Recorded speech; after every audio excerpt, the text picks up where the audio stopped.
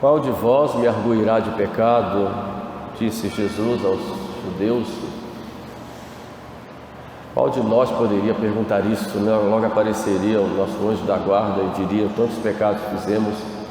Apareceria o demônio acusador e a nossa própria consciência, né? Estamos entrando no tempo da paixão. Hoje a igreja já muda um pouco o seu aspecto litúrgico e se fecha mais numa espécie de luto.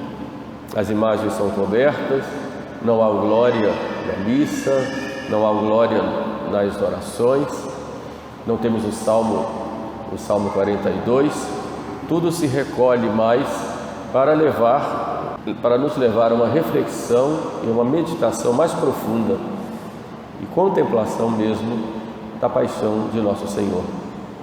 O tempo da paixão é tempo de contemplar os sofrimentos de Jesus, que trouxeram para nós a salvação, e olhar nos seus sofrimentos o seu grande amor por nós, a ponto de derramar o seu sangue até a última gota pelos nossos pecados, e olhar também a nossa ingratidão, que diante de um Deus tão bondoso, tão misericordioso, continua pecando e ofendendo a Ele. Por outro lado, deve nos levar a uma confiança maior na sua misericórdia. Qual de vós me arguirá de pecado? Se nós chegamos diante de Deus e confessamos os nossos pecados arrependidos, Deus ali representado no sacerdote, nós teremos então o perdão. E o tempo da paixão, diz o Papa São Leão Magno, é exatamente para nos levar a uma contemplação e uma participação na paixão de Cristo. E como é que nós participamos dessa paixão dele? Procurando oferecer a nossa vida e os nossos sacrifícios do dia a dia, unindo nossas dores e sofrimentos aos sofrimentos de Cristo. São Paulo diz: eu completo em mim o que faltou à paixão de Cristo. Aí nós nos perguntamos: mas faltou alguma coisa à paixão de Cristo? É claro que a paixão em si não faltou nada. Jesus sofreu até a última capacidade que tem o homem de sofrer, a ponto de na cruz ele dizer: meu pai, por que me abandonastes? Porém, São Paulo, quando diz completo em mim, porque nós somos membros do corpo místico de Cristo, e como membros do corpo, como igreja, nós completamos em nós, oferecendo nossos sacrifícios a nosso Senhor, que se oferece a cada dia nos nossos altares. Portanto, o tempo da paixão é o tempo de um oferecimento maior, entregando toda a nossa vida a nosso Senhor. Como diz São Paulo, temos a nossa vida escondida em Deus. Esse é o principal objetivo do tempo da paixão. Hoje nós vemos um diálogo de Jesus com os judeus, no capítulo 7, no capítulo 8 de São João, nos mostram esse diálogo que ocorreu na festa dos tabernáculos. Jesus diz: eu sou a luz do mundo. Depois ele diz: conhecereis a verdade e a verdade vos libertará. Depois ele diz: eu sou a vida. Então nesse diálogo ele vai mostrando para os judeus renitentes, embrutecidos pelos seus pecados, pelo seu orgulho, que esperavam o Messias, não o Messias que viesse redimir-os dos pecados, mas o Messias que viesse trazer a eles a glória do mundo. Quando falavam no reino de Deus, falavam de um reino material, de um reino político que viesse trazer o esplendor do reinado de Davi e Salomão. Não pensavam no rei que vinha perdoar, um rei que vinha acolher, e encontram em Jesus esse rei, e logo dizem: não queremos que ele reine sobre nós, e logo maquinaram, articularam a morte de Jesus e decidiram isso. Como a gente vê no livro de São João, Caifás dizendo: é preciso que um morra pelo povo. Então decidiram matar. As discussões de Jesus, que nós vemos lá no capítulo 8 de São João, mostram, primeiro, de um lado, pessoas obstinadas, renitentes e que não querem a verdade, e que negam a verdade conhecida como tal. Por outro lado, nós contemplamos Jesus Cristo, paciente, manso cheio de misericórdia e bondade, passando a instruir, orientar e dizer: vinde, estou aqui, mostrando a misericórdia do Pai, mostrando que Ele é Deus feito homem, mostra-lhe bem claro, antes que Abraão existisse eu sou. Mas os judeus, com firmeza e com obstinação nos seus pecados, terminam levando Jesus à morte. E ainda se maldizem quando diante de Pilatos renegam todo o seu passado e dizem: não temos outro rei senão César, e que o seu sangue, o sangue desse Jesus, que deve ser crucificado, caia sobre nossas cabeças e sobre nossos filhos. A igreja nos coloca isso não para mostrar a questão dos judeus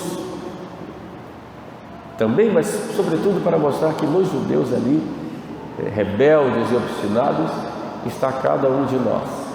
Quantas graças nós recebemos no dia a dia: a graça do nosso batismo, a fé, o fato de sermos católicos, de estarmos na igreja de Cristo, de termos todos os meios de salvação, os sacramentos, a palavra de Deus, o magistério, a tradição, a Santa Missa, oportunidade para a confissão, oportunidade para o perdão de Deus, a Eucaristia, Jesus vivo que vem a nós para estar em nós e nós nele.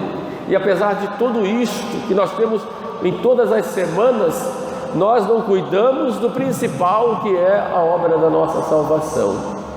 Dizemos que Jesus é a nossa luz, como ele diz: eu sou a luz do mundo. Mas até que ponto nós nos abrimos para que essa luz possa nos iluminar e nos dizer o caminho?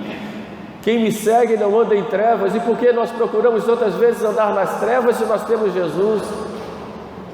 Se dentro da igreja temos um comportamento e fora temos outro, vivemos uma espécie de duplicidade. Se chegamos diante de Jesus e fazemos nossas orações colocando máscaras, tentando enganar o próprio Deus: eu sou a luz do mundo, quem me segue não anda nas trevas. Nós hoje temos muita tendência de criticar a atitude daqueles fariseus, mas nós muitas vezes somos piores por causa da nossa obstinação no pecado. Jesus diz: eu sou a vida. E quantas vezes nós preferimos viver na morte? Porque não é só abandonar o pecado, mas é preciso olhar os defeitos e ir lá na raiz do pecado. Qual de vós me arguirá de pecado? Diz Jesus. Ele se mostra como o modelo, como o santo por excelência, o varão ideal, como homem e homem-deus, o novo Adão, que vai criar como a nova Eva, a nova humanidade dos resgatados pelo seu sangue precioso derramado na cruz. E até que ponto nós vivemos este compromisso com o nosso Senhor? É um processo, é claro, é uma luta que nós travamos no dia a dia. Primeiro lutamos contra os nossos pecados, depois contra os nossos defeitos, e depois vamos imitar Jesus. É a parte, digamos, positiva da vida espiritual, é a imitação de Cristo, nas suas virtudes, nas suas palavras, nos seus exemplos. Temos aí a nossa luz, temos aí a vida que nos dá, e essa vida da graça: eu vim para que todos tenham vida e a tenham em abundância. E essa vida que Cristo veio nos trazer é a vida da graça, vida sobrenatural, que nos alimenta e que tem sua ação também do ponto de vista natural na nossa vida, no dia a dia. Mas ele diz: eu sou também o caminho e sou a verdade, e conhecereis a verdade vos libertará. E se somos escravos tantas vezes dos nossos vícios, porque não nos abrimos para a verdade que é nosso Senhor? O tempo da paixão é tempo de olharmos para Ele e pedirmos perdão, pedirmos uma verdadeira conversão. Essa conversão que vai acontecendo no dia a dia da nossa vida. Pedimos a Ele estarmos com Ele na oração, nos sacramentos e na prática das virtudes. É claro que nós temos inimigos da nossa salvação, o demônio, o mundo, a carne, estão constantemente combatendo contra nós, mas Ele nos dá a graça, nós temos que contar com essa graça. Deus, nosso Senhor, nunca permite uma tentação além das nossas forças, e quando Ele permite a tentação, tira sempre um bem maior para nós, se nós, e dando a ocasião de nós resistirmos com a sua graça. O problema é que nós muitas vezes queremos fazer as coisas do nosso jeito, e é por isso que caímos. Meditamos, meus irmãos, durante esses dias, de modo mais profundo na paixão de Cristo. Procuremos participar dessa paixão, desse sofrimento, como nos falou o Papa São Leão Magno, e procuremos vivenciar em nós essa paixão, participando